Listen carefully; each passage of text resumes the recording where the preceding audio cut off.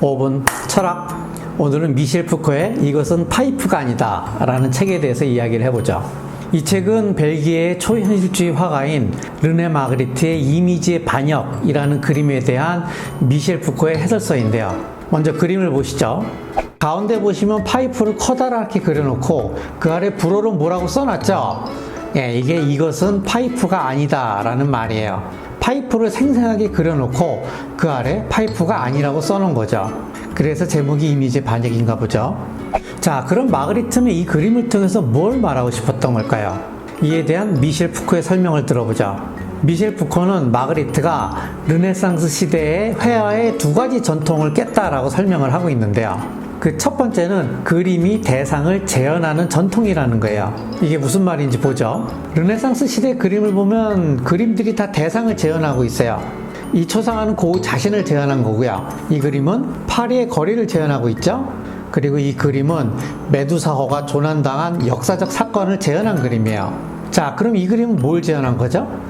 떠오르는 게 없죠. 무슨 음악을 표현한 것 같기도 하고.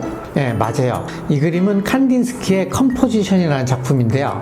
컴포지션은 뭐 구성이라 그러기도 하고 작곡이라고도 하는데요. 그런데 칸딘스키는 왜 자신의 작품에다가 작곡이라는 이름을 붙였을까요?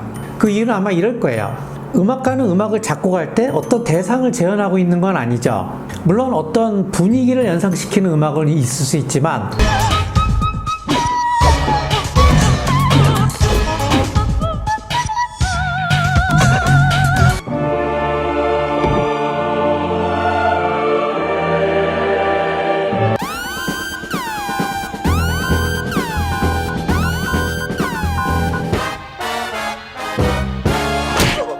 어떤 구체적인 대상을 재현하는 음악은 없어요. 현실적으로 불가능하죠. 예를 들어서 이 마이크를 연상시킬 만한, 이 마이크를 재현하는 음악이 있을 수 있나요? 없다고 봐야죠. 마찬가지로 칸딘스키는 자신의 그림이 어떤 대상을 재현하고 있는 것은 아니라는 것을 그림으로서 보여주고 있는 거예요. 그런데 마그리트도 사실상 같은 작업을 하고 있는 거예요. 좀 방식이 다를 뿐이죠. 칸딘스키는 그림을 대상처럼 그리지 않음으로써 대상을 재현하고 있지 않다라는 것을 말하고 있는 반면에 마그리트는 대상을 재현하도록 그림을 그려놓고 밑에다가 이것은 대상을 재현하는 게 아니야, 이것은 파이프가 아니야 라는 글로서 이 그림이 대상을 재현하는 게 아니라고 설명을 하고 있는 거죠. 마그리트가 깬 두 번째 전통은 뭐냐면 이미지와 텍스트를 결합시켰다라는 거예요. 르네상스 이전의 그림들을 보면 이미지와 텍스트가 결합된 그림들이 종종 있었어요. 그런데 르네상스 시대 들어서 화가들은 눈에 보이지 않는 것들은 베제스의 그림에서 말이나 글 없애버렸죠. 그림 안에서. 그래서 말이나 글은 어디로 갔을까요? 그림의 제목으로 갔어요. 그래서 화가는 자신이 하고 싶은 말을 그림 속에다가 표현을 안 하고 제목에서 설명을 하고 있는 거죠. 그 제목이 이상한 것들 많잖아요. 이것을 깬 사람이 파울 클레인데요. 파울 클레의 그림을 보면 텍스트를 이미지처럼 그렸어요.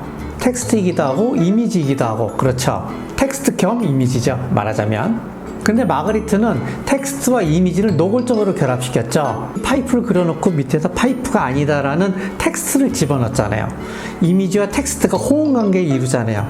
이 두 개가 상호작용을 하면서 시각적 즐거움을 주잖아요. 지금이야 이미지와 텍스트가 결합된 게 뭐 자연스럽지만 그 당시만 해도 생소했겠죠. 미셸 푸코는 결론적으로 마그리트가 르네상스 회화의 두 가지 전통을 깼다라고 막 얘기를 하는 건데요. 첫 번째는 그림과 대상을 분리시켰다라는 점, 두 번째는 이미지와 텍스트를 결합시켰다라는 점이에요. 그런데 약간 애매한 부분이 있어요. 그것은 마그리트가 이것은 파이프가 아니다 라는 글씨를 씀으로 해서 이 그림이 어떤 파이프를 재현하고 있는 것은 아니다 라고 말을 하고 있는 건지, 아니면 이 그림은 파이프를 재현하고 있지만 그건 실제 파이프가 아니야 라고 말하고 있는 건지 약간 애매해요. 마그리트가 어떤 구체적인 메시지를 주려고 그림을 그렸던 건 아니라고 봐요. 그것은 오로지 그림을 즐기는 사람 몫이겠죠. 또 한 가지 의문. 자, 그러면 마그리트 그림의 예술적 가치는 어디 있는 건가요? 과연 지금 설명한 두 가지 해설, 그것만으로 마그리트 그림이 예술적 가치가 다 설명이 된 건가요? 그건 별거 아니었는데, 그죠?